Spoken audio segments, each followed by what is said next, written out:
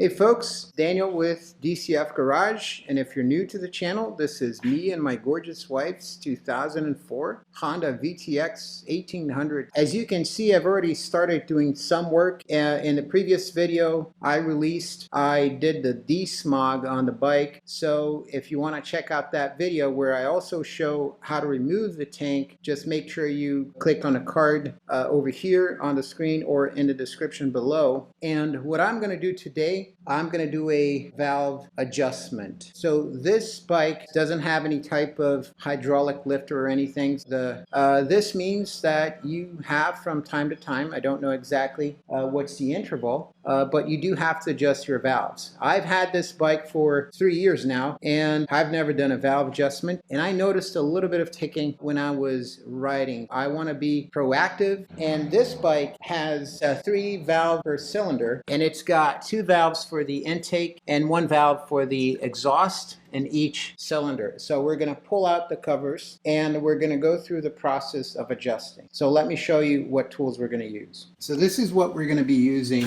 as far as tools and materials for the valve adjustment. We're going to need a quarter ratchet with an extension, 8 and 10 millimeter sockets, spark plug socket, and a 17 millimeter socket, and 8 millimeter wrench. We're going to need some silicone paste, or you can just use a little bit of engine oil. That's fine. 5 and 6 millimeter Allen. This feeler gauge goes from 0.0015, 0.002, 25, 3, 4. So I need the 4, which is the minimum for the intake valves, and I believe it's 0.012 for the exhaust valves, but I will confirm the exact gap that we're going to measure. Some dielectric grease for the spark plugs, anti-seize flashlight, the tappet adjuster, which is basically a 10 millimeter offset wrench with a 4 millimeter in the center. It goes in like this, and we're going to tighten and loosen the lock nut and adjust the gap with a 4 millimeter. So that's what it's for. But you can do this with a 10 millimeter offset and a 4 millimeter wrench. It's just harder. And you're also going to need a torque wrench that is 16 foot-pounds capable. So these are the tools. Let's start this job. 2 things that are important that I mentioned. First is that you have to do the valve adjustment with the engine cold. And by cold, I mean it has to sit overnight. According to Climber Manual, has to be under 95 degrees Fahrenheit or 35 degrees Celsius. You know, there's just a slight difference in temperature can alter your measurement. So it has to sit overnight. You cannot start the bike for 10 seconds before you do it. You can't. It has to be completely cold before you start. And second thing is, make sure you tie your feeler gauge to a wrench, because you're going to have it inside the engine and you're going to be holding the tappet adjuster, and you don't want to risk having this fall inside the engine. Then you'd have to take the engine apart to get this, and that would be, you know, a total disaster. You have to be very aware of anything falling in the engine at this point. Now we need to start getting stuff out of the way so we can access the valve inspection covers. And this is the coil I removed from when I did the desmog on the bike. If you want to see that video, just click on the description and the link below. So it's very hard to access, so we just need to move stuff out of the way. And this zip tie that holds the harness, the wiring harness, it is reusable. So you just come in with the flathead screwdriver and press the tab, I think, up, and then you just pull the zip tie and set it aside. Don't throw it away, because we're going to use it when we put things back together. So next thing you want to do is remove at least 1 spark plug from each cylinder so we can spin the crankshaft freely to get it in position so we can do the valve adjustment. In my case, because I want to inspect all spark plugs, I decided to remove them all anyway, but you don't have to remove all of the spark plugs. 1 spark plug per cylinder will do the trick. Now we need to remove the timing cover, and these are also 5 millimeter Allen bolts. And once we manage to remove the cover, we will have access to the crankshaft where we will need to spin it clockwise. Now get a 17mm socket and ratchet to remove the crankshaft cover. Put it aside. And you also need the 17mm to spin the crankshaft. Just remember to always spin it clockwise. Now you need to remove the valve service covers. I'm going to start with the front cylinder. These are 8mm bolts, and I'll remove both exhaust and intake valves, but I'll start with the intake valves because they're easier to get to. Now let's move the crankshaft to the right position. To adjust the valves in the front cylinder, the first thing we need to do is to put the crankshaft at top dead center at the compression stroke. So you need to spin the crankshaft clockwise until the index mark aligns with the FT mark. Once those two marks are aligned, you need to make sure that the valve is at top dead center, and the way you do that is by trying to wiggle the rocker arm. There needs to be a little bit of play in the rocker arm. I'll try to show you in the video.